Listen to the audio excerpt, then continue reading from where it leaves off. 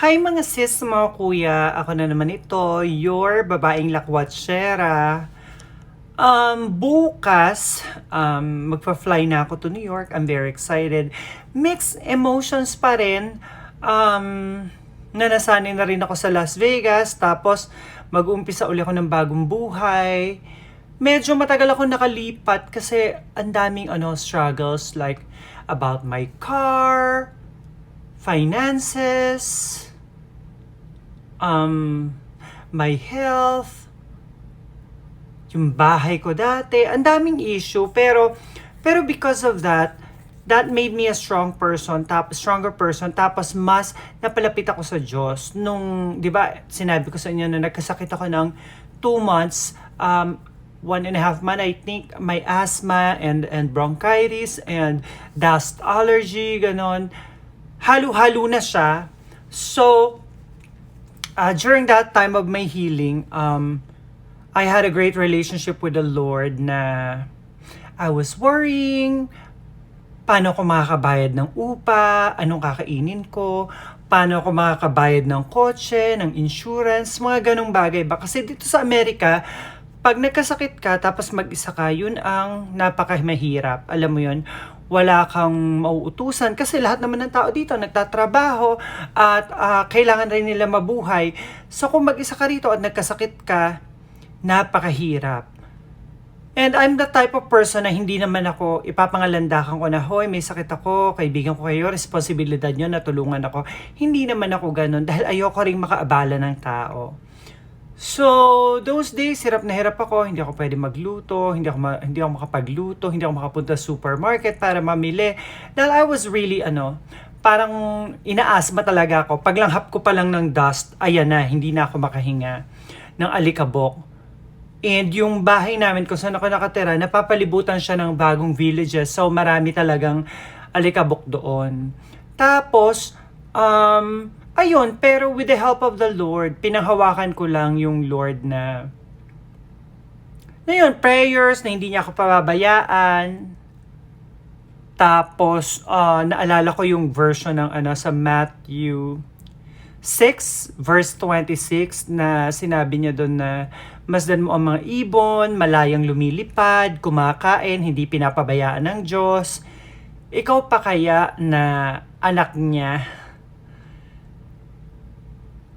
at hindi ka niya pababayaan? Alam mo, so ramdam na ramdam ko yon. Hindi ko alam kung paano ko nabayaran yung 2 buwan ko na rent. Tapos yung car ko, yung insurance na wala akong trabaho. Mag-isa naman ako dito sa Amerika. Wala akong kasama sa buhay. Wala akong asawa. Pero hindi ako pinabayaan ng Diyos. Ang lagi kong pinanghahawakan, the Lord is my Savior, and then the Lord is Jehovah Jireh, ang Diyos na nagbibigay ng blessings, at Jehovah Rapha, ang Diyos na nagpapagaling. Alam mo, yun lang talagang pinanghawakan ko. Ang daming doubt na tutulungan ba ako ng Lord? Ba't niya ako hinahayaan ng ganito? Gusto ko na lumipat sa New York, nagka-asthma pa ako, ganyan-ganyan.